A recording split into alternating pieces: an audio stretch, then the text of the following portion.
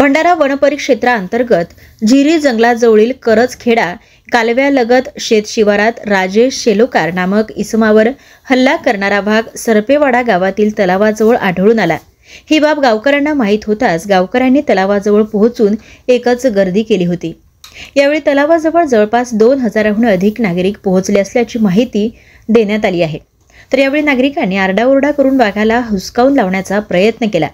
तर या घटनेची माहिती भंडारा वन विभागाला होताच विभागाच्या पथकाने तत्काळ घटनास्थळी पोहोचत स्थितीला नियंत्रित करण्याचा प्रयत्न केला। यावेळी वन विभागाचे अधिकारी कर्मचाऱ्यांनी नागरिकांच्या गर्दीला शांत करण्याचा प्रयत्न केला, तरी सुद्धा नागरिकांची गर्दी वन विभागाची ऐकण्यासाठी तयार नसल्याचे दिसून येत होते। तर नागरिकांचं वन्य प्राण्यांसोबत असलेली अशी वागणूक वन्य प्राण्यांसाठी धोकादायक असल्याचे मत पर्यावरण प्रेमींनी व्यक्त केले आहे।